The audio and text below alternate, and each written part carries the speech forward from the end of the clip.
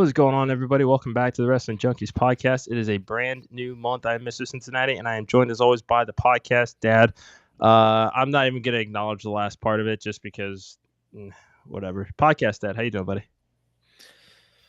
Yeah, the learning tree took a tough loss last night, but, you learn from that and you move on. I'm ready to take a chainsaw to that learning tree, but anyway, again, it's a new month. It's July. Can you believe it? No. No, it's well, we have a lot going on in the month of July. First and foremost, as always, make sure to hit this QR code in the top left corner. Please like, share, subscribe, all that good stuff. If you know just one person that would enjoy our show, please share it with them. We are trying to grow our community. We have a goal of 1,000 subscribers on YouTube by the end of the year. We're at 265 right now, so we got some work ahead of us, and we need your help to do that and to make this goal a reality. Again, like, share, subscribe, all that good stuff. Make sure that you are also following the Main Event Wrestling Network at mainevent_net. Shout out to the dads and gags for an incredible main event mixer yesterday, previewing Forbidden Door. Hats off to you, gentlemen. Sorry I could not join you for that one, but we got plenty more coming up this summer. Next week, we will be in Chattanooga, Tennessee for the Scenic City Invitational. Be on the lookout for an exclusive episode with the good Dr. Landon Hale as we talk about his first round match with former WWE Tag Team Champion Paul London, as well as some other surprises of what he's got going on this summer as well. Always great to catch up with Matt Griffin, Scott Hensley, the rest of the Georgia crew making their way up to Tennessee. So yeah, definitely excited for that one. Mm-hmm. Yeah. So without further ado, yes, you're correct. Support our merch store. We've got mugs, we've got t-shirts, tanks, beanies, hats are coming, I promise, because he won't let me forget about them. I promise they are. Maybe I just don't like the design. It's just empty promises. They're not empty promises. Okay. I will get you a hat, buddy. I will get you a hat. I promise. All right. Promise. Okay. All right. Thank you. Good. Just believe in your boy. Okay. I believe in Joe Hendry. So do I. We have that in common. Anyway, you ready to talk some wrestling? Of course, but not with you. With our esteemed guest. Yes, he is an extremely esteemed guest. We're joined by a wrestler that can only be described as, quite frankly, iconic. He's wrestled for numerous promotions, including Freelance Wrestling and New Level Pro Wrestling, where he has held the Tag Team Championships for 570-plus days and counting with current Women's World Champion of NWA, Kenzie Page, and can be seen later this summer against QT Marshall for the Coastal Championship Wrestling World Heavyweight Championship. That's coming up on August 24th, I believe. He is the Zaddy of Pro Wrestling. Please welcome Dillon McQueen. Dillon, how are you? I'm doing good. Just got out of the gym. Got me a monster pump. We don't take days off over here in this camp. Glad to be with you guys today. Love it.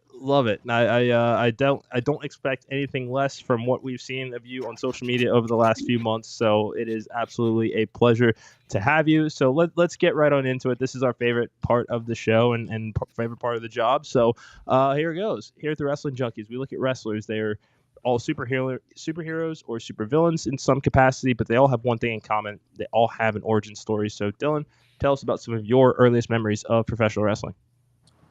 Well, I've said it multiple times on podcasts before, but just diving right into it, my mother was a drug addict, and she used to lock herself in the bathroom for 8 hours a day and do drugs and be completely unresponsive. And I would watch, my Saturday morning cartoons, or I'd be at school, and I remember one day after knocking on the bathroom door for 30 minutes, trying to get her to come out, I was like, you know what, I'm just going to go watch my Saturday morning cartoons, and I did, and Yu-Gi-Oh! Was my favorite show. I used to watch it every Saturday, obsessed with it, and right after Saturday morning cartoons, they had the WWE Bottom Line, and it basically gave a recap of everything that happened that week.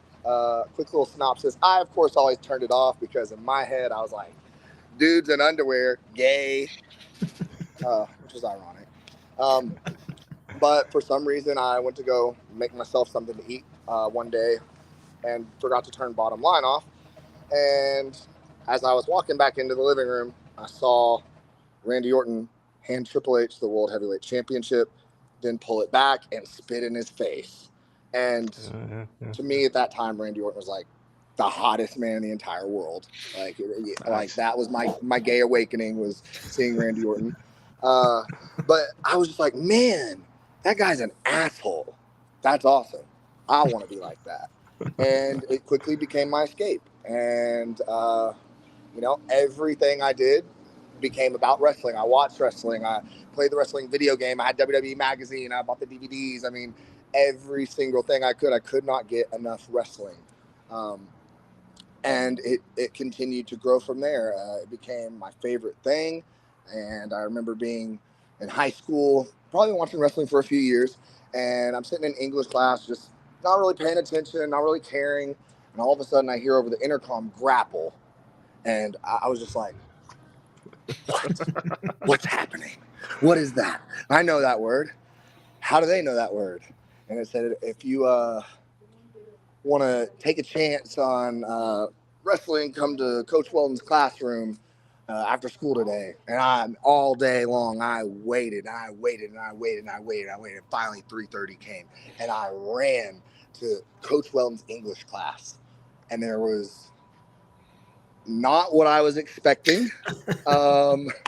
He took us to the mats, and I was like, where's the ring? Where's the, when am I going to pedigree somebody? And completely not on my bingo card what I was getting myself into. I had no idea. I was a fat kid that loved wrestling. So I just showed up to the practice and was like, you know what? If I want to be a wrestler one day, this is where I got to start.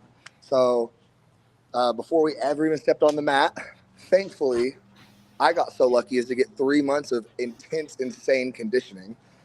And I remember every day thinking to myself, why the hell am I doing this? Just go home. Go play WWE Smackdown versus Raw. You get your fix there. But something in me was just like, keep going. And I did. And then I finally got to wrestle. And I got my ass whooped.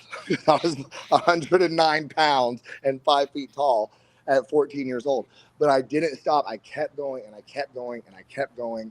And I never gave up on wrestling. It was always something in the back of my mind, that dream that you're too afraid to say out loud. So that's kind of where it started for me. It was an escape. It was something that protected me as my armor for my everyday life. And it just kind of evolved from there. But I have a prosthetic eye. A lot of people know, some people don't. But I always thought, they probably don't want some cross-eyed, glass-eyed guy on TV. And I just kind of, once I graduated high school, put the dream to the side. And I tried to run away from wrestling every street corner, alleyway that I could, every avenue, tried to take all these different paths. But everything always came back to wrestling. I could not escape it. And one day I said to myself, you know what? If they're going to tell me no because I have a glass eye, I'm going to wait for them to tell me no. So I moved to Florida. I started going to Team 3D. I went there for about a month, and then my fiance at the time, got a great job back home where we had left. And so we had to move back. And for me, that seemed like that was it, the end of my journey, I gave it, I tried, whatever. And 2 months later, news story breaks. Glenn Jacobs and Dr. Tom Pritchard opening a wrestling school 15 minutes from my house. And I was like, you gotta be freaking kidding me. Like, holy shit. So I went and I was so scared. I remember there was people who don't even wrestle anymore were in the room for the orientation when basically you were deciding if you wanted to sign up or not. And I just remember looking around and thinking like, oh my gosh, like, look at all these guys. They've been wrestling. Like, I'm out of my league. I'm in over my head. But I, like my high school wrestling career, I showed up on the first day and I kept showing up and I kept showing up and I kept showing up. And I remember one day I got into the ring and I did it as though I was entering for my WrestleMania entrance. And Dr. Tom looked at me and he said, you have no idea how good you're going to be at this. And I pretended like I didn't hear him because this is Dr. Tom and I'm fat, one-eyed, insecure, poor Dillon. So I couldn't comprehend that this was happening to me. And at the end of the class that day, he said, did you hear what I said to you? And I said, no, because I couldn't even process that. I didn't know if he was joking. I didn't know if he was messing with me. but I held that in me. And man, when I started wrestling, I wanted it to be something where I could work a couple local shows and just get it out of my system because I loved it so much. I didn't care to be anything. I just wanted to be. I just wanted to be in the ring. And you got to bet on yourself. I've still never been told no because I have a glass eye. Now I'm in a position where I get to see people. I get to help new people starting out. I'm still furthering my wrestling career. I get to impact people with my art and make them have that same escape that I was looking for as a child. So, I mean, the wrestling is in my blood. It's in my soul. And it was inevitable that I was going to do it. I feel like some people were born to do this, and I was one of those people. Wrestling is what I was born to do. So I'm very grateful for it. I'm very thankful for it. Is there anything specific you can think of that Dr. Tom said that has always stuck with you? Oh, man, millions of things. It's so funny because I tell him this all the time.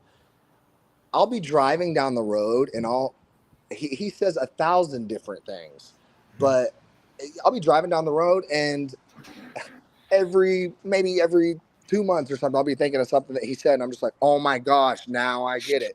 But he has a famous saying that he always says that there's 3 kinds of people in this world. There's the people that try, and when they fail, they say, at least I tried. There's the people that give it their best, and when they fail, they say, well, I gave it my best. And there's the third person that does whatever it takes. And Dillon McQueen is a do whatever it takes kind of guy. I will not be denied. I will not be held down. I truly believe that there's no barriers that my talent can't completely just rupture. So bring it on. That's what this business is. It's roller coasters. It's up and downs. It's storytelling. It's nuance. And, you got to be able to roll with every single thing. But the people that are meant for it, they feel it in their blood. They feel it in their soul. Dr. Tom is one of those people. Cody Rhodes is one of those people. QT Marshall is one of those people. So to get to learn from people like that, I think, and not just learn from them, but take what they've done and try to apply it to myself and always push to be better. I mean, I take little snippets of all of them every day when I go to the gym and maybe don't want to, or, watch film study after I've worked all day and wrestles. And it just never stops, you got to love it.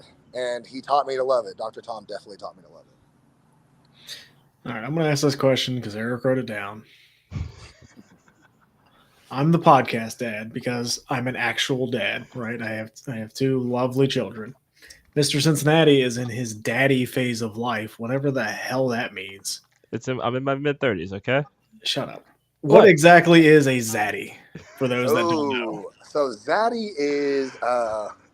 So when you think of daddy energy, you think of like a older guy that's just got that machismo, got that aura to him that just draws you in and kind of hypnotizes you and makes you go, and Zaddy is similar to that, except Zaddy doesn't have all the tie downs that a daddy has. So a Zaddy is more like sophisticated, young, rizzed up version of a daddy. So that's why I like to think of myself as walking, oozing sexual machismo, but we can play, but once you take it past that point, I'm gonna beat the hell out of you. That's what Zaddy comes to do. So I'm gonna saucy with the fans, but if you're standing across the ring from me, you're getting the smoke. I like it. That's about 3 words there you used. I have no idea what they mean, but hey, it all sounded good. Riz, machismo, Zaddy. That's all you need. It's okay. We'll get you there. We'll get you there. I watched Razor Ramon, damn it. So Dillon, Pride Month is in the books, and you and I initially connected because we both found ourselves on this flyer in celebration of Pride Month. Shout out to Brian. You. Yes, absolutely. So how does it feel to be part of such a dynamic and diverse wrestling community, especially during Pride Month, seeing that collection of not just wrestlers, but content creators, referees, announcers? What's it like to see all of it just there in that one graphic in celebration? It's so crazy because when I started, it was, oh my gosh, you remind me of Jamie Senegal. Oh my gosh, you remind me of Effie, or you're the white Ashton Starr, which to me is probably like the craziest comparison I've ever heard. Ashton Starr is one of my best friends, and we both kind of were like, huh? what's that about? But when Yeah. I started, people like Eddie McQueen, Billy Dixon, obviously Cassandro, Sonny Kiss, like these are people, Simon Sermon, who shoot name Mark Henry, hilarious. People like that who just really started the pace for all of us. It's exploded. Now it's exploded. It's like there is an entire universe of queer wrestlers. It's not just, kind of like the kitschy song and dance. Now it's like we have a fortified flanks of just extremely deep rosters and talent. And listen, not to toot her own horn, but to be at the top, to be up in that highest echelon of queer wrestlers is something I've worked my ass off for, but it's something it's constantly, it's a revolving door. So if you're not constantly keeping up on it, we're not out here getting acclaim off of record or what we have done or past accomplishments. That's something you got to wake up every single day. It's the first of the month, boys. Rent is due every single day. So for me, it's awesome to see how much this has exploded and to see queer wrestling, because I didn't have that growing up. I had Randy Orton, my crush, that I was like, oh man, he's an asshole. I want to be like him. But now it's like I go to shows and I mean, there's kids that are like 12 and stuff that'll come up and be like, hey, I'm a queer person, and to see you not get pushed around and be so unapologetically yourself, it inspires me. And that's like the biggest thing, to get to do what you love, to get to do what you're passionate about, and that fulfills you, and just by proxy that fulfilling somebody else, it's incredible. There's nothing like it. So, thank you. Special thanks to all the people that really paved the way. Effie, I can definitely say, Dr. Tom, Cody Rhodes have helped me a lot, but I definitely remember a turning point in my career when I met Effie. He really helped me so much, and I've done everything I can to extend that hand and pull other queer wrestlers, other wrestlers in general, up here, because if you got food on your plate and you're going to eat because you got talent, you don't worry about what everybody else is eating, because you're going to get your turn. So I think that's the number one thing as a community. We got to uplift each other, the queer community, the wrestling community. I know I'm kind of rambling. One thing I do like to touch on, though, is like, I think all wrestlers need to hear this analogy. When they talk about styles and they talk about this and that and what is superior and what's not, it's like Harry Potter, okay? It's like the Mudbloods and the Purebloods and the Muggleborn. They're all fighting amongst each other. It's like, we're all magic. We all got magic. There's a whole world out there that got zero magic, y'all. And we got the magic and we're fighting over each other. Can we not just jump up and down and be like, damn, we're the ones that got the magic. Let's go. That's what wrestling is. It's magic. And we just need to build upon ourselves, reinforce each other, fortify each other, and wrestling will thrive. Not tear each other down. Let's fortify each other and put our best foot forward to expand wrestling. Well said. Yeah, I could have said it better myself. Didn't get the Harry Potter reference, but that's What fine. do you mean? You never seen Harry Potter? Not into it. You would have thrown like a Star Wars reference. AKA he hasn't seen it, but I've seen the first one with the snake. Oh my gosh. Isn't That's the second one. Okay, well, I've seen the second one. Let's talk about. Oh, shut up. Let's talk about freelance wrestling for a minute. They celebrated 10 years with a graphic of wrestlers who have stepped in their ring. What does this mean to be part of that legacy? So freelance has a very special place in my heart. I have wrestled at some of the top indies in the continent, everywhere, places like GCW, places like freelance wrestling, places like Enjoy Wrestling, places all over this country, AML. There's so many, Southern Honor, New South, so many top places, action, that you're constantly seeing over and over and over. Get seen, get play, get views, get viewership. It's awesome to even be considered, because I'm still inside that 12-year-old kid looking for a distraction, looking for something that is going to help me utilize all the passion I have. And freelance, they have been so incredible to me. They saw the talent, they saw the work, and I mean, always a great interaction, always take care of you. Freelance wrestling, I will say too, probably one of the top promotions for taking care of their people. Freelance takes care of everybody. You go in the back, there's food, there's waters. I mean, they got like healthy food, snack food, protein bars, protein shakes, energy drinks, waters, like it's insane. You walk in there, it's like a buffet. You feel like you're like backstage at catering. Like they really super take care of you, and they invest in their people. Like they give you good matches, they give you good time. I really can't say enough about Freelance. Everybody who loves wrestling and is serious about wrestling should aim to be a freelance wrestler. If you want to work for the WWE and you're an indie wrestler, you should want to work for Freelance Wrestling. Incredible. Hell yeah, love that. So let's talk about this. You've got New Level Pro Tag Team Championship match coming up here. 2 days. Yeah, 2 days now. You are defending with the current NWA Women's World Champion, Kenzie Paige. Tell us about this partnership and what makes it so special working with Kenzie. So Kenzie Paige has been my best friend since she was 16 years old. And when you're a 27-year-old gay man and you're getting into wrestling and you don't know, you're going through the gender crisis and you're going through learning and just finding yourself, and you're kind of yoked up with this like 16-year-old kid. You're like, what the hell? Like, that's my training partner. And I'm just like, man, like this, what do I have in common with a 16-year-old girl? Surprisingly, a lot. We both love wrestling. We both are very flamboyant. Everything about us, I wanted it, she wanted it. And out of all the people in our class, we were Dr. Tom's very first class at the JPWA. We wanted it. And the other people in the class, they showed up, but they did not want it. So me and her pushed each other. I broke into the business, had my first match at her dad's home promotion, KFW, which I wrestled this last weekend actually still. So we started out 5 years ago wrestling together. I broke in. She was kind of on the up and up. She was getting these big matches, wrestling these big names like Tessa Blanchard, Jordan Grace, Deonna Purrazzo, Emma, Rosemary. And I'm sitting here thinking, she's 16 years old. I'm 27. Yeah. I'm just getting into the game. But I loved wrestling. I was kind of like, you know what? We're wrestling in the same place. I kind of want some of this. So I kind of took it offensively that I wasn't getting all this coming out. I was a little brash. I was a little arrogant. So I kind of turned on her.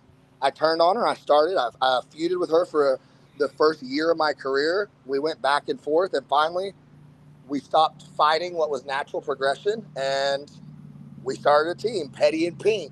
And at the time, intergender wrestling was rocking and rolling. We took it all over the country. We got to wrestle for everywhere, man. Like GCW, New South, fucking enjoy wrestling, going into tournaments, going into tag team title matches, winning titles, defending titles. It was insane. Intergender wrestling was just exploding. And then we couldn't work things out. Started to get jealous, started to get egos. She's on TV, I'm on TV. And that's kind of how the business works sometimes. Ended up turning on each other, had a bitter feud. Now everything kind of in our entire story culminated last year in a New South cage match for a title she'd held 486 days, I believe. I mean, forever. She held it undefeated. And when I won the title in the main event of that match, she kind of stepped away from the title picture, started to step away from New South. Maybe, I don't know, like 2 weeks after I broke her New South title streak, she won the NWA Women's World Championship, snapped Camille's streak. And we were a part of a group called The Last Laugh that has held the New Level Pro Tag Team Championships for almost 600 days now. And this is actually the first time me and her are defending it together. So we've come full circle, but I'm telling you, the adversity, that's what really lets you know someone's got your back. When you fought and you teamed and you've been at each other's throat and had each other's back, you know when you step into the fire, you got somebody. So this Wednesday at New Level Pro, I'm just telling everybody, the NWA World Champion Kenzie Paige, Dillon McQueen, the Rogue Gallery, y'all are in over your heads. You're great young talent. Y'all got a lot going for you, but you're going to get hurt. So show up, be ready to square up, because 600 days is coming up, and we're not letting these titles go. Man. Love the fire. Love the fire. So we touched on it in the beginning, but you have a match coming up against QT Marshall. He was your first ever AEW match. What has changed for you between those matches? Everything. And I can't put my hand on how serious this is for me, because QT Marshall had a problem with me the moment I stepped into the Nightmare Factory. The moment I stepped in, Cody Rhodes loved it. Zaddy was his star student. Me and Brooke Havoc. How many other Nightmare Factory students did you see Cody Rhodes walk out? None. Me and Brooke Havoc were the only two that he stamped as Nightmare Factory. Boom. Gave us his stamp of approval. I got a tweet in the back pocket of Cody Rhodes saying that he can't wait till he gets to wrestle me. So I know you hear it, Cody. I want my shot now. But QT, he saw that Cody saw something in me, and every step of the way, he made it hard for me. He took every little obstacle and threw a little bit more in there. And when I faced him on TV, my first match ever on TV, he busted my nose open. Busted my nose open. When they pulled me to the back, everybody, all the agents came up. Are you okay? Blood pouring down my nose. Paul White comes up, checks on me, freaking out. QT, his little ragtag group comes to the back. The factory, these bullies, comes to the back. Paul gets in his face, tells him he's never hated him more than he did in that moment. He took advantage of me, tried to make an example of me. Because he was mad at Cody. I've done nothing but respect QT Marshall. I'm not the Nightmare Factory graduate that I was. I have been all over. I have gotten massive. I'm a machine now. So I promise everyone at CCW, QT is going to be calling me Zaddy in front of everybody. And when I get that video clip and I post it all across the internet, it is going to scream through every corner of the World Wide Web, and people are going to watch that man on his knees calling Dillon McQueen Zaddy, and you can take it to the bank. I promise you that. I'm ready. I've never been more ready for a reason. Not arguing. No, not one bit. You have answered every question to perfection. Before we let you go, we have one very important question for you, and we ask this of every guest that is on our show. It is a debate that we have here at the Wrestling Junkies podcast, and quite frankly, I don't think it's ever going to go away. But without further ado, when you hear the moniker Mr. WrestleMania, Shawn Michaels or The Undertaker? Get out of here. I'm sorry, but Mr. WrestleMania, there is no question. You're fooling yourself. The Undertaker went undefeated, 21-1. Finally got that celebrity shot in his pressure. I'm not done. Okay, I'm not done. 21 years this man put everybody down. And I don't care if Shawn Michaels lost to him 2 years in a row at WrestleMania. Shawn Michaels is Mr. WrestleMania till the day I die. I stand on that with my whole chest. Undertaker never called himself Mr. WrestleMania. Shawn Michaels is Mr. WrestleMania, the GOAT, the greatest of all time. Shawn Michaels. 10 toes down. I like it. Never be another HBK. Taker didn't have to because he is WrestleMania, but it's fine. Whatever. Well, okay. How can you say that when Taker had a match against Randy? Okay, he beat Randy, so yeah. Choke slam into the RKO, that was incredible, dude. That was it. No, but Shawn Michaels, his name is Mr. WrestleMania. I never heard the Undertaker call himself Mr. WrestleMania. So again, doesn't have to because he just is. Well, that is another one for Shawn Michaels in this debate. What's the score? It excites me. It's close. It's closer than you think. It's gotten closer over the last couple of months. I definitely have to sit down. I think closer to the Hell in a Cell anniversary, we might do a full-on debate about the merits of the Mr. WrestleMania moniker. So we might be calling on you for some more input as October rolls around. Just remember who Cody called to help him this WrestleMania. Wasn't Shawn Michaels. Okay. Taker only did because Austin said no. Okay, I can respect that. However, HBK is still number one, the GOAT forever. He will always be Mr. WrestleMania. He will always be the showstopper, the main event, the icon. Undertaker's that girl, but Shawn Michaels is that bitch. That might be pretty iconic here. But Dillon, thank you so much for joining us tonight. Before we let you go and move on to the rest of our show, just give everybody a quick reminder once again of what you got coming up and where everybody can find you on social media. All right. My name is Dillon McQueen on social media. You can find me on Instagram, Dillon McQueen. Find me on Twitter, Dillon McQueen. I've got a bunch coming up. I got Action Wrestling coming up later this month. I don't know if that's announced, so sorry. It's okay. If you break it on our show, Matt's fine with it. Yeah. All right. Sorry, love you, Matt. Making my return to Action Wrestling. Got my new Level Pro Championship. I'm actually next Wednesday. I don't know how it ended up that I'm wrestling 2 Wednesdays in a row, but I've never wrestled on a Wednesday in my life. But I'm wrestling this Wednesday in Alabama and then in Ohio on my birthday next week. That's why I'm pumping it up. FTC, another promotion I love, is going to be in Ohio. So if you want to come give Dillon McQueen some birthday love, any Ohioans, you can definitely do that. 21st, I got Action Wrestling. I got Retinal Wrestling on the 14th of this month. I got CCW coming up next month. We're rocking and rolling, man. We're all over. We are traveling. I just got back from Uncanny Attractions. I also have them coming up in August. Great, phenomenal promotion, inclusive for everybody. Creates a safe space for everybody in wrestling. We love Uncanny. My home promotion, NWA KFW. So we're all over. NGW, I was at last night.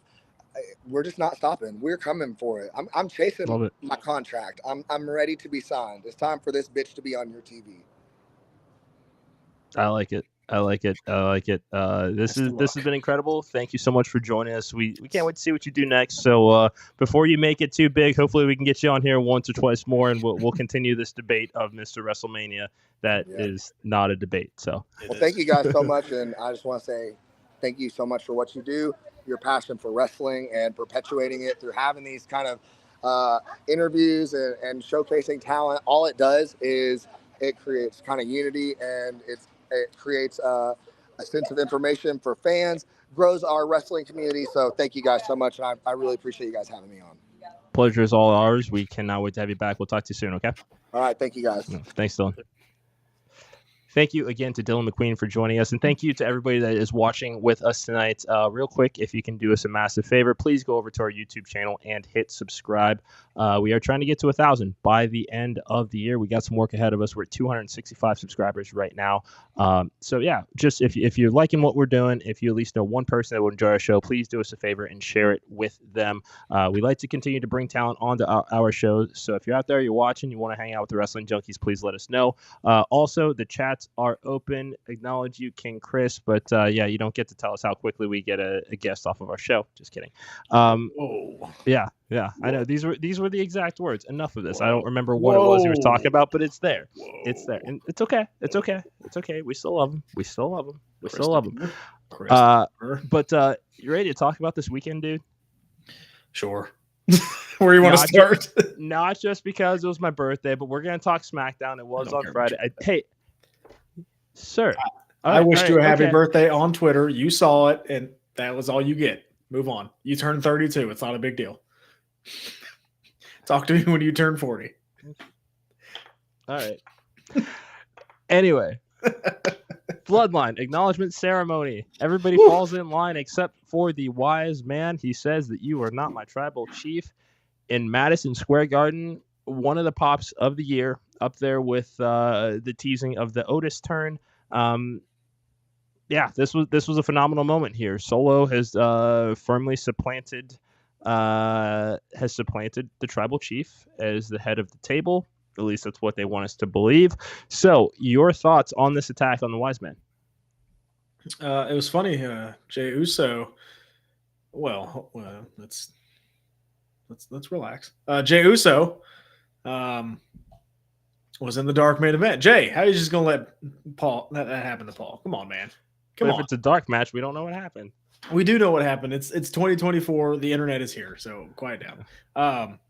No, it was a great segment. Paul Heyman, I think, has been, if not for Roman, I think Paul Heyman's been the MVP of this thing. Just everything that he does, just the subtle stuff that he does. I mean, the scraggly look that he has, it looked like he hadn't slept in days. Like, just everything he does is fantastic. But yeah, this one felt like a big deal, and I'm trying to pull up the numbers here, but that got a lot of views. Yeah. Like on their YouTube or their X and then their Instagram, like that got a ton of views. So to say people aren't interested in this Bloodline storyline at this chapter at this point, it's just wrong. Because obviously people are, they're watching. And yeah, I'm gearing up for that Roman Reigns return at SummerSlam. I am pumped that we're going to be in the building for that one. Now, I feel like we do have to ask this. Do you feel like the continued interest and popularity in this storyline, especially with the arrivals of Guerrillas of Destiny, Jacob Fatu, do you think that may have hastened any plans for Roman to take additional time off, or do you think that this is something that they kind of thought SummerSlam is the amount of time off that might be appropriate for him? Dude, this is all part of the storyline. They have played this card. They have executed this for what, 4 years now? Yeah, dude, this is all part of the plan. It really is. That we're going to get the return of the Usos together, Roman Reigns together. I don't know who that fourth person is going to be. Is it a Sami Zayn? But we're going to get that War Games match, and we're going to get Roman Reigns, the face that I think WWE always wanted when he comes back, because people miss Roman. I mean, they're chanting for Roman Reigns, which every week, and it started happening. I mean, damn near the night after WrestleMania, or at least within that week of crazy. Because if you would have told me 5 years ago that was going to happen, I would have told you were crazy. Yeah, nobody wanted Roman, but now. But I think we also thought I also don't think we would have believed it when someone said that he would be the biggest heel in wrestling and have a damn near 4-year world title reign to go with that. No. Same thing. But yeah, it's awesome. It's great to watch. Paul should be out for an extended period of time. Yeah. Again, I think it's going to happen at SummerSlam. It's their second biggest event. Have this happen there. It looks like we're going to get Solo and Cody in the main event of SummerSlam. So, excuse me. So I think that's going to be where you would get that return. I mean, it makes sense. You don't want Solo to lose clean because you're still building Solo Sikoa up to be that huge monster tribal chief. Jacob Fatu, thank God they didn't change his name to Caesar Sikoa or whatever the hell they were going to change his name to. Thank you for not doing that, Hunter. We appreciate you, because in another time that would have happened. Mm-hmm. But I think everything about it has been fantastic. We hit a little bit of a lull, but I think we're back now to the point where I'm really interested to see what happens next. Yeah, because I mean, you have to think Paul Heyman had this, even though it was a very weakened control, for lack of a better word, over Solo Sikoa and trying to keep him from, essentially asserting his rule per se, with an iron fist. That's out the window now. Bloodline is just going to, the way that we're kind of waiting to see how the Wyatt Six story plays out across Raw. Bloodline is going to have their way with the SmackDown roster. At this point, they're just going to play with their food. Cody with the help of Kevin Owens, Randy Orton are probably going to continue to try to help, lead that charge, at least for now. I know there's still that larger story of what may happen with Legacy for sure. but they don't necessarily need. I mean, you can sow those seeds without there being an overt. They are attack by. I know that they are. I'm just saying you don't necessarily need to do anything where Randy puts his hands on Cody before SummerSlam, before we deal with this with Solo here. That's all that I'm saying is I know that that's coming, and I've already been saying for months I want Bloodline Civil War games. So that's what they are going to do. So I think that eventually before the year's out we will get that Cody Randy match. I just want to see a little bit more of their attempts to try to thwart this Bloodline, because now that Heyman's gone, I think next week, over the next couple of weeks, we're going to see a lot of carnage until somebody can kind of rein it in. Stop it. Yeah. Oh, rein it in. I like that. I think we're going to get Randy and Cody at Mania. Okay. I do. I think they're going to play. You can wait that long to do it. Sure. Yeah. There's plenty of time to drag this out. Yeah. And like you said, just the subtle things that we're seeing. When Cody mentioned defending his championship, Randy stopped in his tracks and kind of looked at him. Like they're doing so well at that stuff. It just planting seeds that you're like, oh, did you see that? Like, oh, I cannot wait to see that in the future, kind of thing. So they're hitting on all cylinders right now, and it's a lot of fun. Yeah. So Kyle still thinks Cody Rock is the plan for WrestleMania 41. Okay. Or not? I'm sorry, Roman Rock. Sorry, not. I think we're gonna get Roman Rock and find out the final boss kind of thing. Because I think that's still a match they want. I'm sure it is. Yeah. And what bigger stage than Mania to put that on? I mean, that's true. However, we are starting to see the rise of the international shows. We are, SummerSlam will be going to 2 nights as well. Who knows what will happen with the Royal Rumble and Survivor Series? But if all of these shows either take on an international feel, and or the big 4 or 5, if you count Money in Bank, if those start to go 2 nights, then I feel like everything's kind of fair game. Yeah, I still don't see, they've been doing international shows while The Rock was around. Rock didn't do any of those. I think if Rock is going to wrestle, it's going to be at WrestleMania. Because he's not going to be involved in Civil War at all. I mean, maybe not in War Games per se, but let's not rule out him having some involvement in it, or being the one kind of working the puppet strings of this new Bloodline that we're seeing. Yeah, he could. I mean, Solo needs a new wise man, so who knows? Yeah, that's the thing is other than The Rock, and we know it's not going to be Paul Heyman. Realistically, who else would make that same impact that the wise man had at the origin of the Bloodline? Yeah, it's gonna be a lot of fun.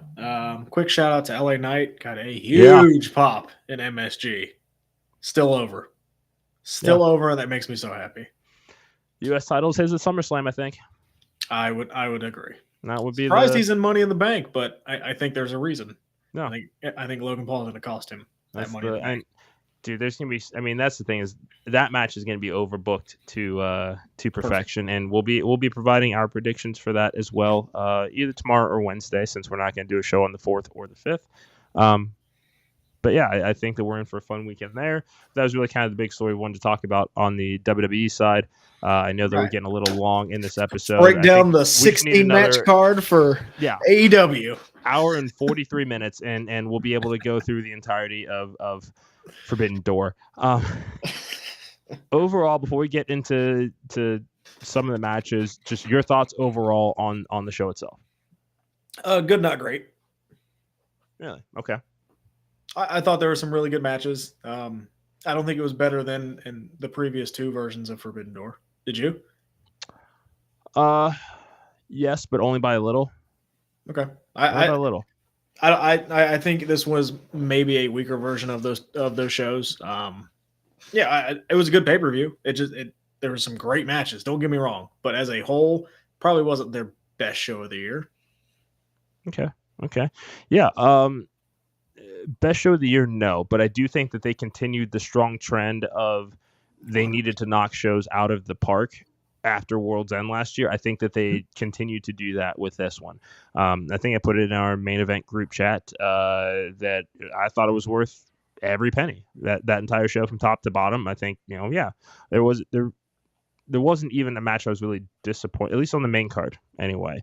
Kyle Fletcher being on the pre-show to just do a 3-minute squash kind of sucks, but yeah, I didn't dislike the Jericho match. I still think he can go fuck himself, but I didn't dislike the match. Whoa! Come on! What? Come on!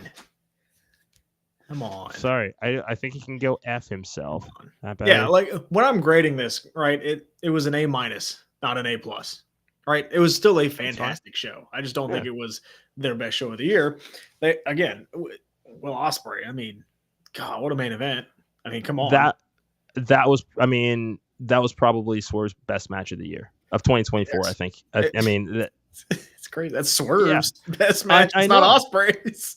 It's not, and it's still, and even though it's not, that's still a match of the year contender. Like that's the work that you and I are going to have to do as we start working on our year-end awards categories and trying to. Was the Hangman match last year? Yes, that was November. The Texas, okay. Mm-hmm. Texas. Yeah, so it does not count for this year now. Okay, because that was my favorite Swerve match of all time. But as far as 2024 goes, and we're 6 months through the year, we're at that midway point. This was the best he looked. We might as well just get into it. I mean, I don't think we need to go through every match on this card, but yeah, let's start with the main event here. I mean, because they tore the house down. Oh, yeah. And that was the thing as far as this show, there weren't really a whole lot of let me up matches.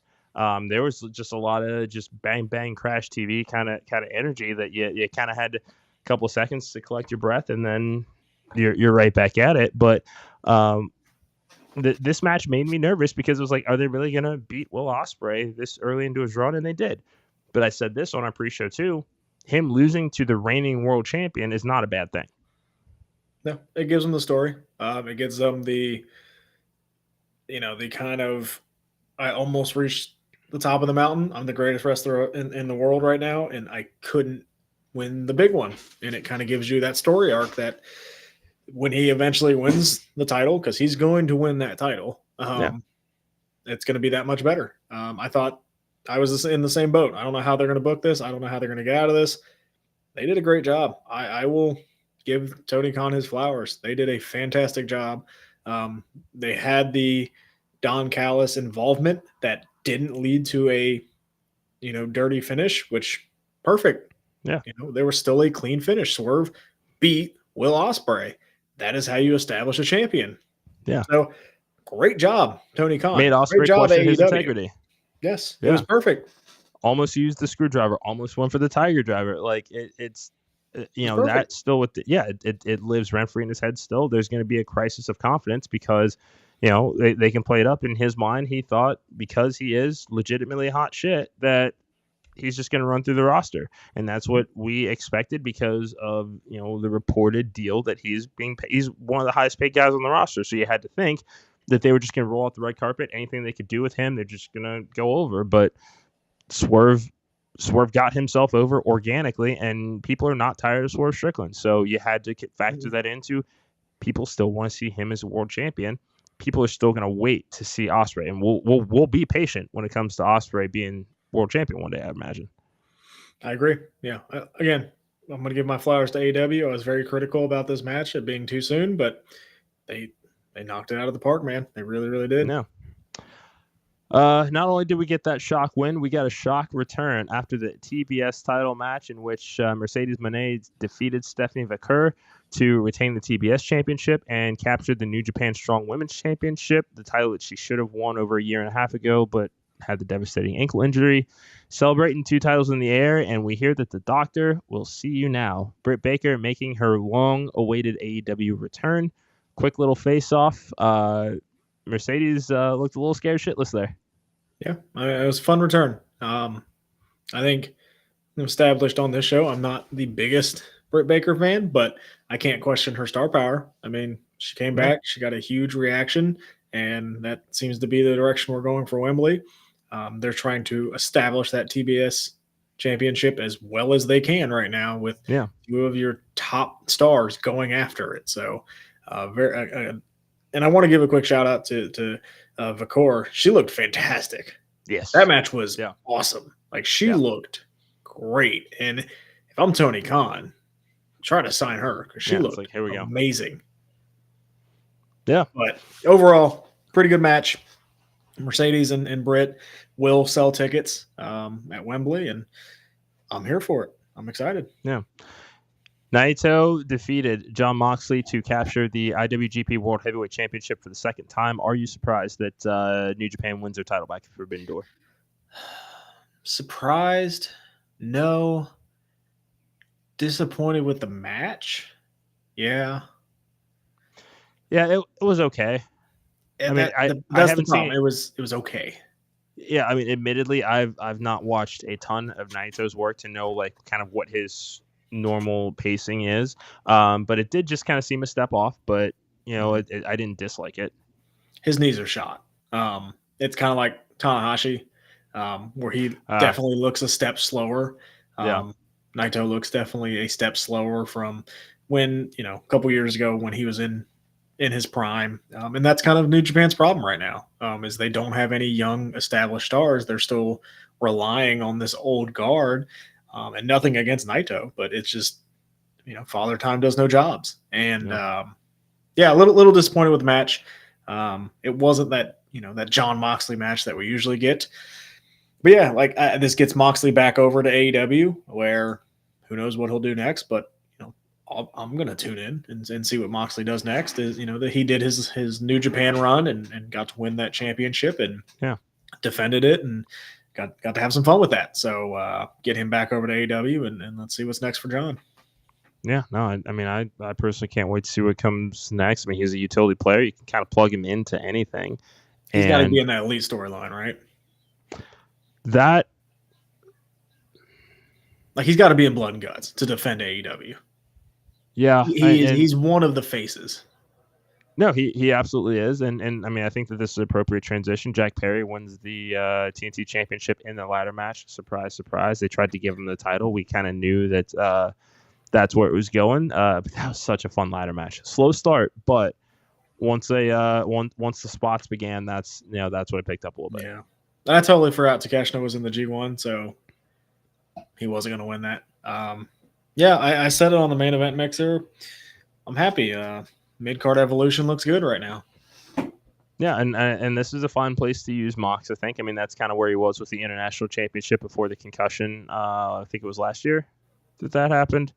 So that would be a fine place too. But yeah, I think, as far as a team AEW appearance in Blood and Guts, probably most likely here. But yeah, Jack Perry, first singles championship in his AEW career, and he gets to do it with the Elite. And let's see how the scapegoat, looks with a little gold around his waist.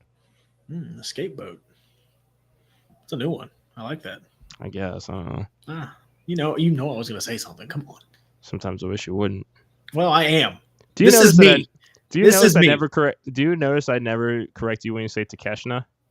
It's because I'm never wrong. Okay. I have a gap in my teeth, so there's a little bit of a lisp. But now you feel bad, don't you? Not really. Okay. Well, I just can't say it. Fuck off. So leave me alone. No. I'm like a jar. Not gonna leave me alone. So I'm like a jar of Miracle Whip. You're more cultured. I don't know what Riz means. Charisma. Why can't we just say charisma then? Because it's 2024. What does that mean? Fans are like that. So we're gonna say Riz? Yeah. Oh God. What else? What else happened? Dad phase, daddy phase. No, I cannot believe you made me ask that question. I did not want to say that, and I did, and I hate you for it. And yet, here's the thing: you read that question, you knew it was coming, and you put on the "Oh Sesame Daddy" shirt. Fuck out of here. It's because I'm a professional. And you did it great. Now you're still. You know what? It's okay. It's okay. I think Can't Quit Your Bitch is closed for the summer. What a match! Yeah. What a match! Like that is a first round match for the Owen. That was. It was great, man. It was great. We're gonna miss him when he's gone. Yes, we are. That's gonna be one of those people, man. That we look back and go, we did not deserve Bryan Danielson. No, we did not. All the crap that he did in WWE. I mean, we did not deserve Bryan Danielson. Yeah, but straight off is he did marry a Bella twin. So a Garcia twin. So that's fine. Don't charge as much money for an autograph. It's okay. Yeah, you would. No. For Bryan Danielson autograph? For Bryan Danielson, yes. Not a Garcia. No, I know. Like $250 pass. Really? Yeah. Oh. Okay. That's pass. No offense. Yeah. No, it's okay. Hard pass. But phenomenal match here. Do you think? And we'll have to look at the updated bracket here. Do you think he wins to Owen? No. Okay. I still think Jay White's winning. Okay. That's my personal pick. I think Hangman's going to be the wild card, and I think that's how they get him, Hangman and Swerve. But I want Jay White to win, so I'm going to pick Jay White. Okay. Do you think they have enough time? They have just about 6 weeks to elevate him from 1/3 of the Unified Trios champions to bona fide, number one contender. Do you think they can do it? Yeah, beat Bryan Danielson. That's asking a lot, but okay. All right. They can do it, can't they? I know that they can. It's whether they will do it well that has me concerned. Hey, it might be. They just booked Swerve and Ospreay extremely well. I am holding out hope that maybe some of the hold on. Maybe some of the hires TK has made are actually being are beneficial now. Maybe there is people in his ear going, let's try this or let's try that. And he's listening. It's not the buck stops here anymore. No pun intended, but he's getting those ideas and we're getting creative now. I mean, look at the women's division alone. It's on fire right now. And you cannot tell me it's not. I'm not. I wouldn't dream of it. So I'm hoping that some of these hires that he's made is now benefiting that as far as booking, because the booking has been pretty strong lately. It's also kind of hard to fuck up Swerve Strickland versus Will Ospreay. But you and I were both worried about the out. Yeah. And were we not? We were worried. Yeah, sure. And they booked it to perfection. So I mean, maybe this is, maybe Tony looked in the mirror and saw, hey, I need help. And maybe he got some help. So I'm going to hold out hope. We'll see.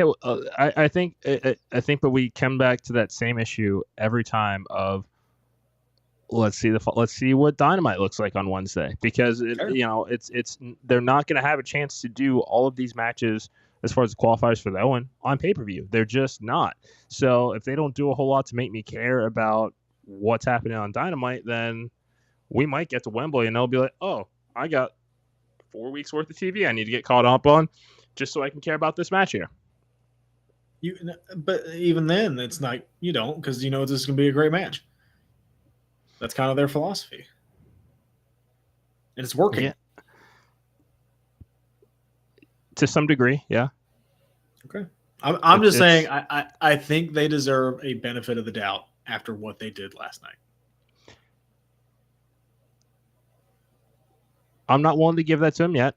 We'll see what happens on Wednesday. I think, as far as the nuance of this particular world title story, I think this was an easier one to get right because you're paying Will Ospreay a bunch of money. And like I said on the preview show, he did take a clean loss, but to the reigning world champion. Yep. So that's a pretty easy one in hindsight to book and just say, hey, my world champion, who is uber popular right now with mainstream crossover appeal, is going to beat you. I know that we're paying you $13+ million a year, but that's an easy one. We'll see how they do this with the rest of the tournament. That's all I'm saying. All right. This is also, again, same company that booked MJF to shit last night. So again, how much of that had to do with the fact that Rush can be on the show, though? That's fine. Put him in a tag match with Garcia then. Like, if you're going to tell a story with him and Garcia. Put him in a tag match with Garcia against 2 other CMLL guys. What harm would that have done? Did this match do any harm for you? I mean, like, it didn't do anything for me. Okay, but it did. It didn't do anything for you, but it doesn't mean it was necessarily to a good or bad detriment. It was just kind of it was neutral for you. I just felt like it didn't need to be on the card. But if you would have done something with Daniel Garcia that you're building to a future match, why not do that? Why not get Daniel Garcia on the damn card then? Because AEW is not one to put talk segments on their pay-per-views very often. So it's like if you're just going to jam pack, if you're just going to jam pack the card with 15 matches, then there's really no room to do just put MJF on a microphone because he's on Long Island. Yes, he's got to get on the show, but no, I'm just saying. I was saying a tag match. I know that. I'm making a different point. I'm just saying, they wanted to get him on the card. I think that it maybe loses that luster if it's not MJF in a singles match on Long Island. That's all I'm saying. Okay. Yeah. I mean, am I going to believe Daniel Garcia is going to beat MJF when Daniel Garcia hasn't been on a pay-per-view in how long? Probably not. So, hey, he was on pay-per-view last night. Okay. Where? In the crowd. I know that. I just said he was on pay-per-view last night. Semantics. Don't. Wrap this up before I get angry. I didn't dislike the match involving the Learning Tree and Jeff Cobb. The match was fine. I just still think off is the direction that Chris Jericho can. Never mind. You already get it. Hey, that's a positive. Thank you for at least giving it a chance. I mean, obviously it was on Pinterest while the match was on, but from what I remember, it was pretty good. That's all right. I was asleep. Of course you were. I was getting ready I was looking for foods to barbecue for Money in the Bank this weekend. You coming over? That's at 8, right? I believe so. Me and MJB are breaking out the smoker. Yes, I will be over for that for the normal time pay-per-view. I like it. Any final thoughts on Forbidden Door? Anything on Monday Night Raw tonight before we take it home? Yeah, Forbidden Door was good. I thought good, not great. Again, A-. Not an A+ show like they usually do, but A-. Okay. Don't come after me. Yeah, I hope Ilya Dragunov wins tonight. Yeah, so Ilya taking on Drew McIntyre, Sheamus. Money in the Bank qualifying match. I think there's only 1 or 2 spots left. One spot, so this is the final spot. Okay, so yeah, it'd be great, but Drew, probably going to get the win here. He doesn't need it. I know he doesn't, but we already talked about this because that Money in the Bank, there's going to be so many. I mean, Logan Paul, LA Knight has a story in there. Chad Gable and Wyatt Six, McIntyre, CM Punk. That match is going to help give us a picture of where SummerSlam is going to be, and since we're going to be there in 33 days' time, we need all this. We need all this chaos to be overbooked to perfection. So, to be fair, there's been a couple surprises though with some of the entrants in the Money in the Bank. So I know. In other matches, Liv Morgan suddenly remembers that she's actually the women's world champion, putting the world title on the line against Zelina Vega. What? She seems to be a little preoccupied. Stop. Yes. Am I incorrect? She's gonna beat Zelina Vega. Let's move on. I know. You know what? Okay. All right. You're not even gonna let me try to have a little fun with this. Women's qualifying match: Zoe Stark, Dakota Kai, Ivy Nile. I think Dakota gets the win here. Continues the damage control calamity. I think so. I wouldn't be shocked if Ivy Nile got in. Interesting. Maybe a Chad Gable involvement. Because we saw the interaction last week. We did, yeah. So maybe she wins and Gable can go, "Oh, you took my advice," kind of thing, and kind of continue to split with Alpha. Fair. Okay. And Rey Mysterio, Dominic for the 800th time. Don't care. It's fine. Yeah. Anything else on this Monday edition of the Wrestling Junkies podcast before we take it home, buddy? No, I've seen you too much today. We're an hour and 3 minutes in. That's too much of Eric. It was a big weekend, okay? I had to call you daddy. This is too much. I mean, you didn't necessarily call me. You just you know what? Okay, all right. It's okay. I feel like there's worse things. You liked it. Okay. You liked it though. You saw the anguish in my face, and you were like, "Yeah." The whole the Jack Nicholson gif. Yeah. Jesus Christ. Okay.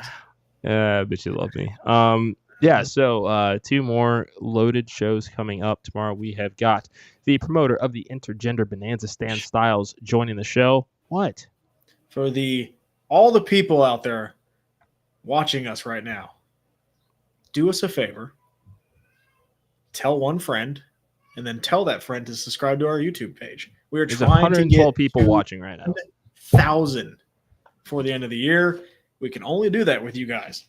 So please help us get there, help grow this community. Let's continue to have fun with wrestling, because wrestling is, like our esteemed guest said, an escape. Let's have some fun with it. Let's enjoy it.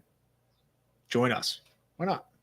Yeah, unwind with us after a long work day. If you're just getting your work day started, start the work day with us. I mean, check out our YouTube channel for all of our archived episodes. We've got interviews with great guests. Well, again, 2 more coming up tomorrow. Tuesday, we've got the promoter of Intergender Bonanza, Stan Styles, joining us. And Wednesday, we've got former OVW World Champion certified Luke Curtis joining us as well. You may remember him as one of Chad Gable's security guards last week on Monday Night Raw. You don't want to miss that. Either of these episodes, really. I mean, come on, you get to hang out with us. It's a good time. Yeah, it's a short work week. I only get to see you 2 more days. Woohoo! Yeah, it's okay. Like you said, you got tired of me today, so I'd imagine the extra day is going to do us some good. Well, then I got to see you Saturday, so.